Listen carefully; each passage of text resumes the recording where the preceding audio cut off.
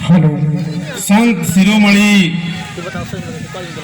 रैदास जी महाराज के कार्यक्रम में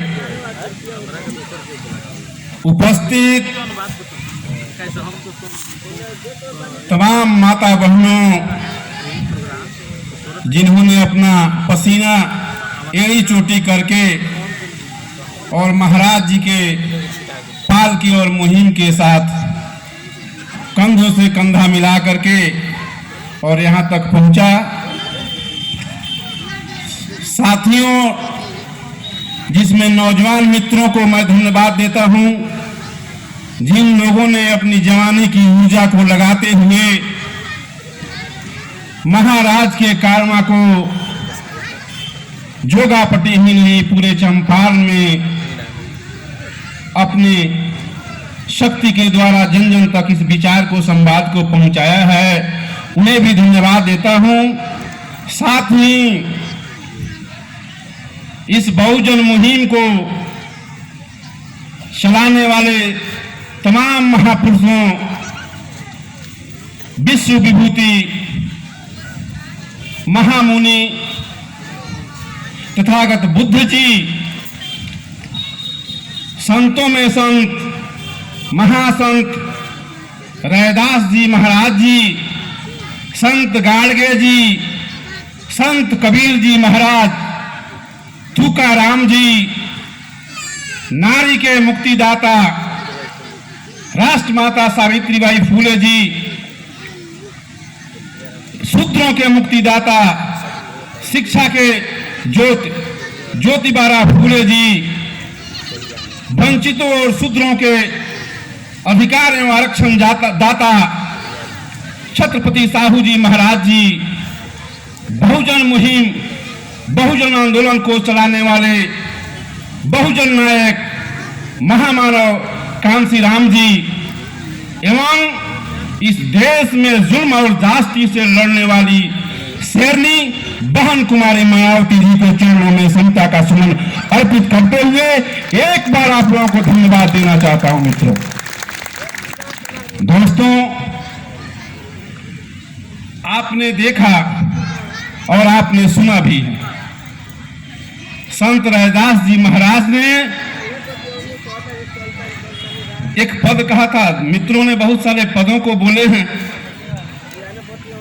मैं भी एक महाराज के एक पद को बताना चाहता हूं। उसी पे यह भारत देश आज भी चलता है और जब तक सृष्टि रहेगी चलती रहेगी। रैदास जी महाराज ने कहा, ऐसा चाहूं राजमय, ऐसा चाहूं राजमय, जहां सबहन के मिले अन्न, छोट बड़ सब संग से रविदास रहे प्रसन्न, रविदास रहे प्रसन्न।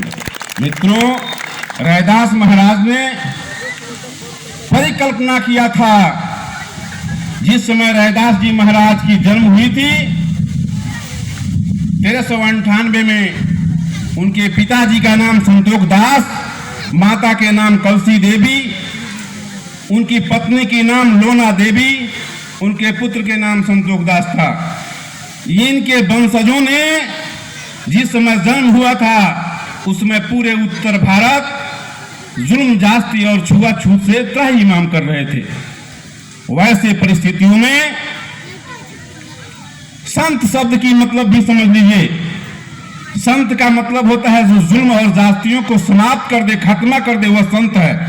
जबकि हिंदू धर्म के संतों ने तीर और त्रिशूल लेकर के और इस देश में जुल्म और जाति फैलाते हैं, ठीक उसके विपरीत काम हिंदू धर्म के संतों ने करता है। जबकि रैदास महाराज ने कहा, ऐसा चाहूं राज में जहां सबहन के मिले, छोट बड़ सब संग से रविदास रहे प्रसन्न। इस युक्ति को तमाम महापुरुषों ने गैर बराबरी की लड़ाई को तमाम महापुरुषों ने लड़ा है। और एक तरफ जुल्म और जाति से आर्यों ने 4500 वर्षों से छल कपट प्रपंच करके हमारे लोगों को गुलाम बनाया है।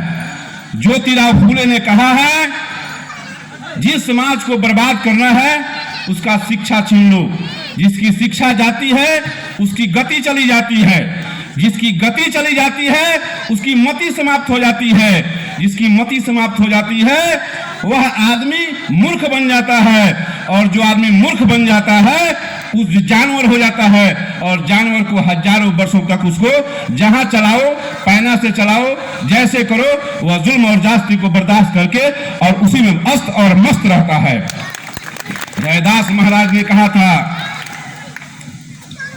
हे मानव समाज के लोग, तुम्हें मुक्ति देने के लिए और तुम्हारे जुल्म को मिटाने के लिए कोई आने वाला नहीं है।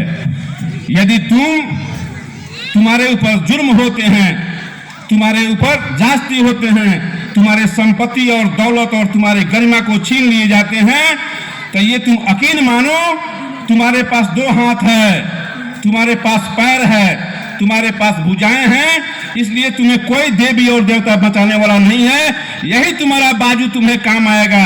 इसलिए तुम भारतीय संविधान को अपने घरों में रखो, भारतीय संविधान को अपने घरों में रखो। जिस समाज के पास अपने महापुरुषों की कही हुई, लिखी हुई लेख, विचार, उसके फोटो, उसके दिल दिमाग की बातें जिस घर में नहीं होती है, वह समाज गुलाम होता है। ये हमारे महापुरुषों ने कहा था। निरंतर लड़ाइयां चली, निरंतर लड़ाइयां चली, और 4,500 वर्षों से आर्यों ने हम लोगों को दबाया है।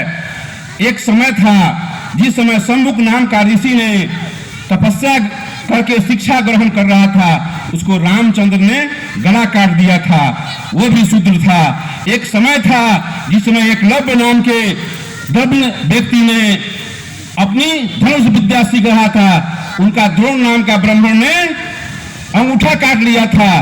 उसके बाद बाबा साहब अम्बेडकर को बाहर पढ़ना पड़ा।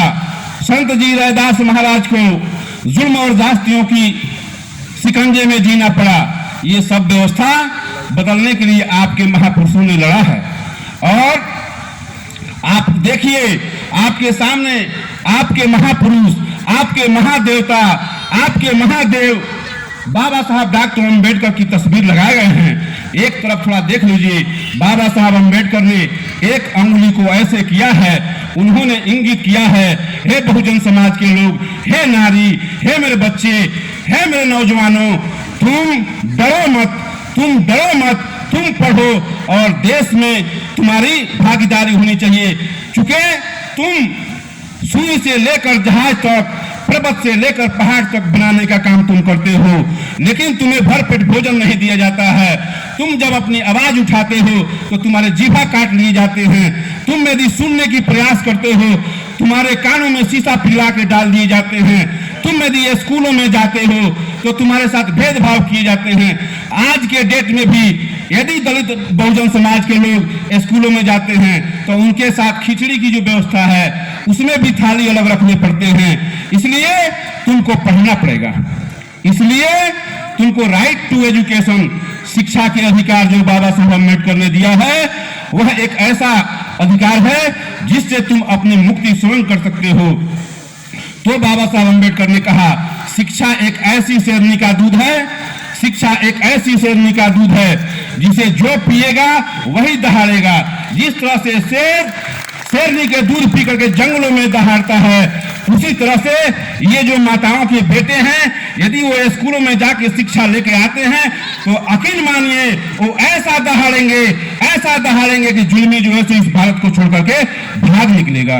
मित्रों, अब मैं आपसे दूसरी बातें कहना चाहता हूं। रैदास जी महाराज ने कहा था कि यदि तुम अपने महापुरुषों के कही हुई बातों पर नहीं चलते हो तो समझ लो कि तुम्हारी उन्नति नहीं होगी, अवनति हो जाएगी, मतलब तुम्हारा पतन हो जाएगा। हमारे लोग क्या करते हैं, बाबा साहब अम्बेडकर ने संविधान दिया, संविधान में 395 अनुच्छेद है, सभी में कुछ ना कुछ आपके अधिकार लिखे गए हैं। एक भी लोग नहीं है यहाँ जो बैठे हुए हैं जो लोग भारतीय संविधान को अपना धार्मिक ग्रंथ मानते हों। देखिए, आपको मैं बताता हूँ, ईसाइयों ने अपनी बाइबिल को कबूल किया, आज पूरे दुनिया में राज कर रहा है। मुसलमानों ने अपने कुरान को एक्सेप्ट किया, उनकी भी भागीदारी है। हिंदुओं ने गीता को अपने अधिकार माना और उनकी भी राज है, और हम लोगों को भी यदि अपनी राज पाट लेना है तो भारतीय संविधान को अपना घर का ही नहीं, अपने देश का, अपने जान के रूप में उसको अपना धार्मिक ग्रंथ मानना पड़ेगा। और सुबह शाम आपको भारतीय संविधान को नतमस्तक होकर के दंडवत बजाना पड़ेगा। हे महाराज, आप ही मेरे सब कुछ हैं, आप ही के बताए हुए, आप ही के द्वारा लिखे हुए संविधान से मुझे अधिकार मिला था, नहीं तो मैं कहाँ मोली के कीचड़ के जैसा पड़ा हुआ था, मुझे कोई भी समझने के लिए तैयार नहीं था। भारतीय संविधान समतामूलक संविधान है, इसे दुनिया में पूजा जाता है, लेकिन दुर्भाग्य है इस देश में हिंदू धर्म के लोग, मनुस्मृति को मानने वाले लोग, इस देश में जो आरएसएस के लोग हैं, जो बजरंग दल के लोग हैं, वे लोग भारत के संविधान को नहीं मानते हैं।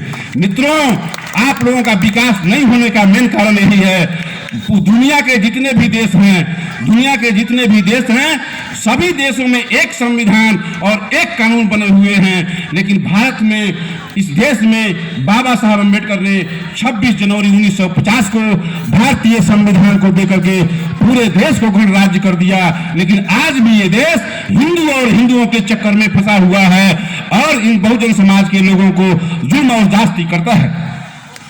आपको दोस्तों एक काम करना चाहिए। मेरे समझ में एक बात है, आपके समझ में भी वो बातें आनी चाहिए। यदि आप अपनी मुक्ति चाहते हैं, यदि आप अपनी सुख संपत्ति चाहते हैं, यदि आप एक किसान के जैसा अपने खेतों में हरा भरा फसल चाहते हैं, तो आप आज ही एक काम तय कर लें। मैं खास करके इस वीरंगनाओं और बहनों से कहना चाहता हूं, सबसे ज्यादा गुलाम यही हैं, इनको गुलामी से मुक्त करना होगा। और प्रत्येक पति अपनी महिलाओं को सभा सोसाइटियों में ले जाएं और उन्हें कहें कि तुम्हारा असली देवता, बंद करना है, हो गया बंद कर।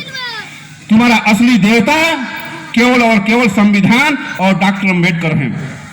यदि तुम चाहती हो कि तुम्हारी भला हो, छोड़ दो तुम शिव चर्चा, छोड़ दो तुम हनुमान चर्चा, और तुम यकीन मानो, मैं जो कहता हूं आप लोग 7 पीढ़ियों से करते आ गए हैं, आपका विकास नहीं हुआ है, आपके साथ छुआछूत और जुल्म अत्याचार होता है, आपके साथ जुल्म होती है। लेकिन मैं कहता हूं आप 5 साल मान के देखिए, आपके खेत इतने हरा भरा हो जाएंगे, आपके बच्चे तेजस्वी हो जाएंगे और आप इस देश के बादशाह बन जाइएगा। आपको क्या करना है? आपको अपने घर में संविधान रखना है और सुबह शाम संविधान को प्रणाम करना है और अपने बच्चों को पढ़ाना है और उससे सुनाना है और अपने भी सुनना है। इन्हीं शब्दों के साथ मैं अपनी बात को समाप्त करने से पहले एक बात और कहना चाहता हूं। थोड़ा रुक जाइए भाई। एक चीज जान लीजिए, भारतीय संविधान आपको जहां आजादी देती है, वहीं हिंदू धर्म में भारत की कल्चर सुन लीजिए, संस्कृति भिन्न भिन्न राज्यों में क्या क्या है। इस शेड्यूल कास्ट के लोग जो कमाते हैं और अच्छे अच्छे बिल्डिंगें बनाते हैं, उन्हें गुजरात के दलितों को घी खाने के अधिकार नहीं है, राजस्थान के दलितों को घर बनाने के अधिकार नहीं है, बिहार में दलितों को पात में बैठ के खाने की अधिकार नहीं है, दक्षिण भारत में दलितों को मंदिरों में जाने की अधिकार नहीं है। आज भी केरल जैसे प्रांत में दलित महिलाओं को स्तन काट लिए जाते हैं, आज भी उगारे रहना पड़ता है। ये व्यवस्था आपको है और इन सभी चीज से यदि आपको मुक्ति लेना है तो आपको केवल और केवल मात्र और मात्र एक ही उपाय है कि आप भारतीय संविधान को मानिए। इसी के साथ मैं अपनी बात को समाप्त करता हूं। जय भीम, जय रैदास, जय इंसान और जय विज्ञान।